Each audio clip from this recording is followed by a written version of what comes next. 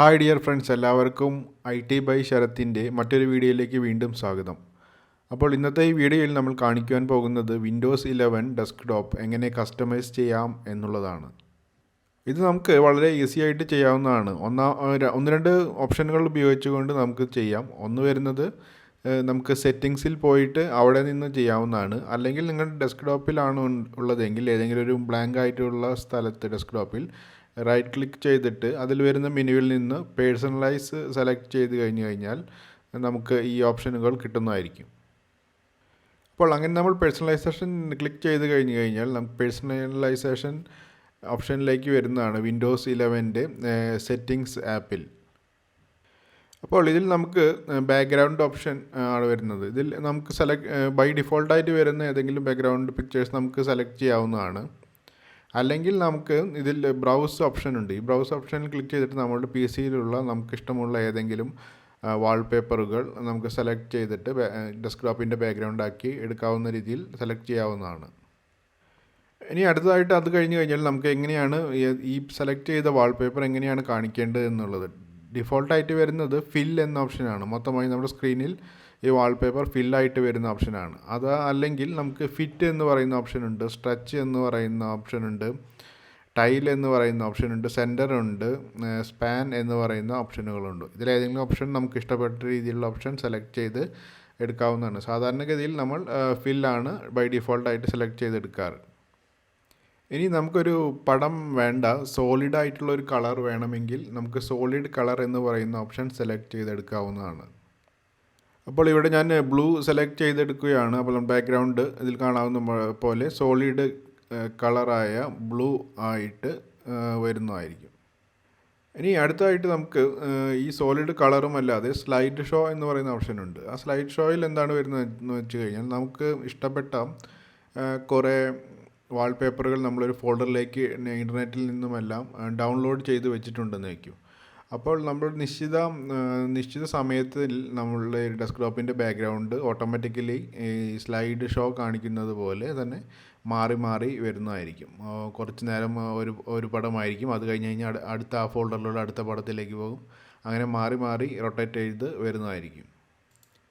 ഉദാഹരണം പറഞ്ഞു കഴിഞ്ഞാൽ ഇപ്പോൾ ഈ സെറ്റിങ്സിൽ കിടക്കുന്നത് എല്ലാ 30 മിനിറ്റിലും ഓരോ വാൾപേപ്പർ മാറി മാറി നമ്മൾ സെലക്ട് ചെയ്ത ഫോൾഡറിലുള്ള പിക്ചറിൽ നിന്നും വാൾപേപ്പർ മാറി മാറി വരുന്നതായിരിക്കും.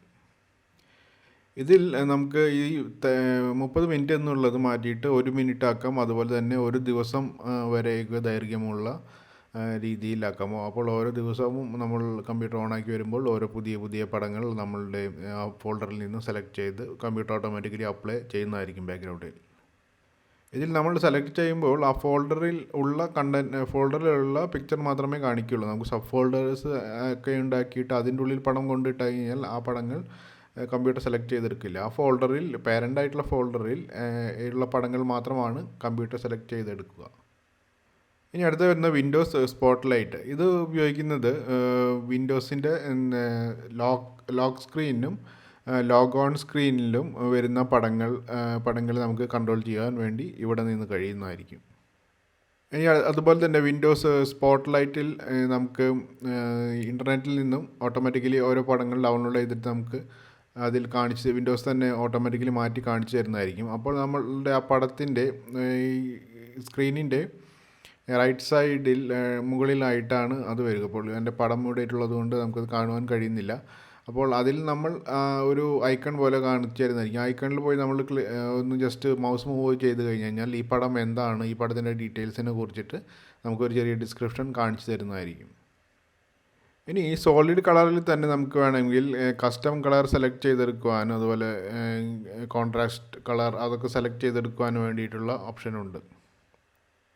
ഇനി അതുപോലെ തന്നെ ബിൽറ്റിനായിട്ട് നമുക്ക് വിൻഡോസ് കുറച്ച് തീമുകൾ തരുന്നുണ്ട്. അപ്പോൾ തീമുകൾ തരുമ്പോൾ ആ തീമിൽ നമ്മളുടെ വിൻഡോസ് ബാക്ക്ഗ്രൗണ്ട് വാൾപേപ്പർ അല്ലെങ്കിൽ ഡെസ്ക്ടോപ്പ് ബാക്ക്ഗ്രൗണ്ടിലുള്ള പടങ്ങളും കൂടി ആ തീമിൽ ഉൾപ്പെട്ടിട്ടുണ്ടായിരിക്കും. അപ്പോൾ നമുക്ക് ഇവിടെ കാണാവുന്നതാണ്, ഇവിടെ ഒരു 6 തീം ഡിഫോൾട്ടായിട്ട് കിട്ടുന്നുണ്ട്. അപ്പോൾ അതിൽ ഡെസ്ക്ടോപ്പ് ബാക്ക്ഗ്രൗണ്ടിലും മാറ്റങ്ങൾ വരുന്നുണ്ട് നമ്മൾ സെലക്ട് ചെയ്ത് കഴിയുമ്പോൾ. ഇപ്പോൾ ഞാൻ ഈ തീം സെലക്ട് ചെയ്തപ്പോൾ അതിൻ്റെ പ്രിവ്യൂവിലുണ്ടായിരുന്ന പോലെ നമ്മൾ ഡെസ്ക്ടോപ്പിൻ്റെ ബാക്ക്ഗ്രൗണ്ട് മാറി വന്നിരിക്കുകയാണ്. അപ്പോൾ ഈ തീമാണ് ഇപ്പോൾ അപ്ലൈ ആയിട്ടുള്ളത് നമ്മുടെ കമ്പ്യൂട്ടറിൽ. അപ്പോൾ നമുക്ക് വിൻഡോസിൻ്റെ ഡിഫോൾട്ട് തീമായ ഈ തീമിലേക്ക് നമുക്ക് വേണമെങ്കിൽ തിരിച്ച് വരാവുന്നതാണ്. മറ്റൊരു തീമിൽ പോയതിന് ശേഷം ഇതിൽ ക്ലിക്ക് ചെയ്ത് കഴിഞ്ഞാൽ ഡിഫോൾട്ട് തീമിലേക്ക് വരാവുന്നതാണ്. ഇനി നമ്മൾ ഇവിടെ തീം എന്ന് പറഞ്ഞ ഓപ്ഷനിൽ വന്നു കഴിഞ്ഞാൽ നമുക്കതിൻ്റെ ഒരു പ്രിവ്യൂ കാണിച്ചു തരുന്നതായിരിക്കും. ഇപ്പോൾ തീമിൻ്റെ പ്രിവ്യൂ കാണിച്ചു തരുന്നതായിരിക്കും. അതിനുശേഷം നമുക്ക് ഈ തീമിനെ കസ്റ്റം ആക്കി എടുക്കുവാൻ വേണ്ടിയിട്ട് കഴിയുന്നതായിരിക്കും, കസ്റ്റമൈസ് ചെയ്തെടുക്കുവാൻ വേണ്ടി കഴിയുന്നതായിരിക്കും. അപ്പോൾ ഇതിൽ നമുക്ക് ഇഷ്ടമുള്ള വാൾപേപ്പറുകൾ, അതുപോലെ സൗണ്ട്, അതുപോലെ കളർ എന്നിവ സെലക്ട് ചെയ്തെടുക്കുവാൻ വേണ്ടിയിട്ടും കസ്റ്റമൈസ് ചെയ്യുവാൻ വേണ്ടിയിട്ടും ഉള്ള ഓപ്ഷനുകളുണ്ട്. ഇനി നമുക്ക് ഇതിൽ തന്നെ കൂടുതൽ തീംസ് മൈക്രോസോഫ്റ്റ് സ്റ്റോറിൽ നിന്നും കിട്ടുവാൻ വേണ്ടിയിട്ടുള്ള ഓപ്ഷനുകളുമുണ്ട്.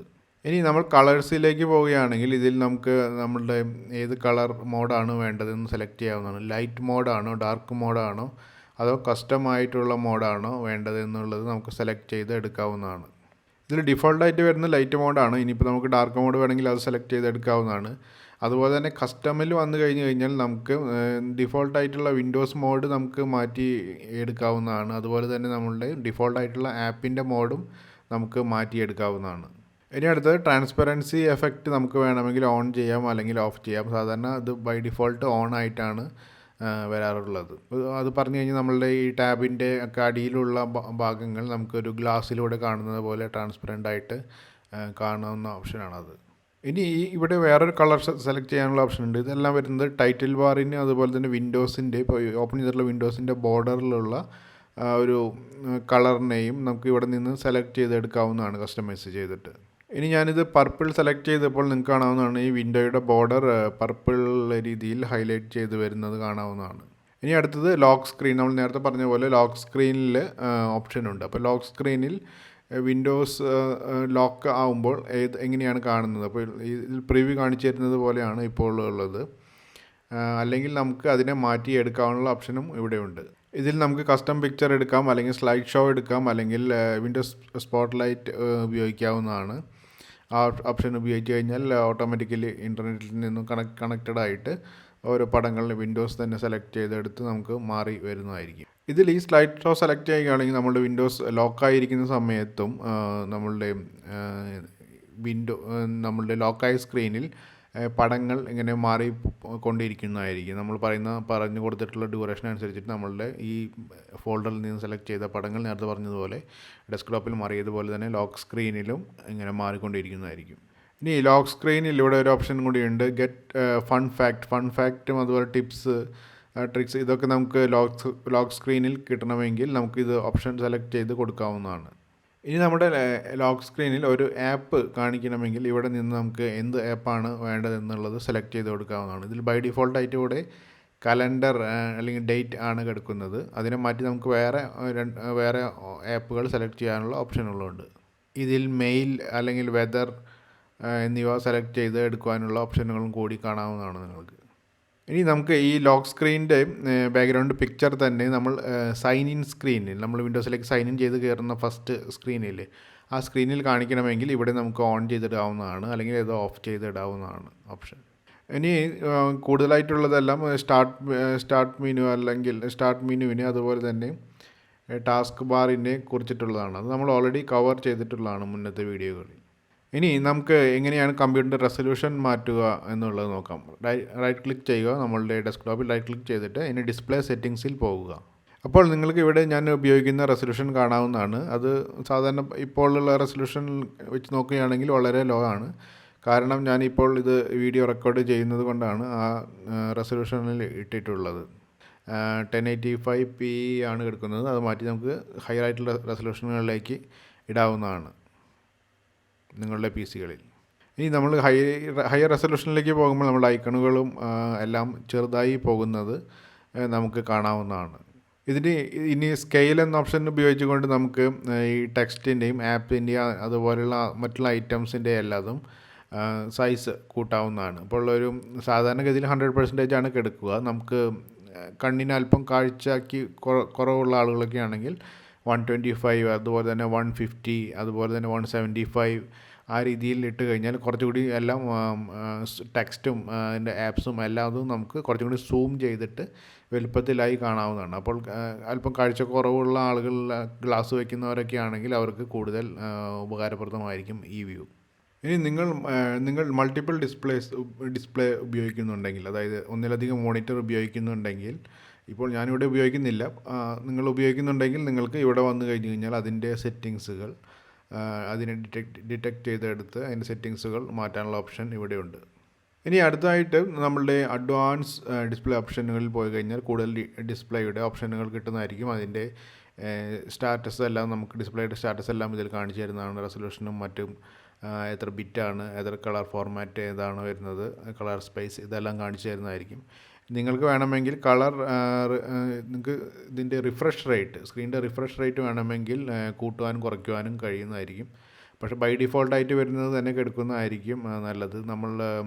നമ്മൾ റിഫ്രഷ് റേറ്റ് പെട്ടെന്ന് കൂട്ടിയും കുറച്ചും ഇട്ട് കഴിഞ്ഞാൽ നിങ്ങളുടെ സ്ക്രീനിനെ സപ്പോർട്ട് ചെയ്യാത്ത റിഫ്രഷ് റേറ്റ് ആണെങ്കിൽ അത് പിന്നീട് നമുക്ക് ഫ്ലിക്കറിങ് എഫക്റ്റ് അങ്ങനെയുള്ള എഫക്റ്റുകളെല്ലാം വന്ന് കാണാവുന്നതായി.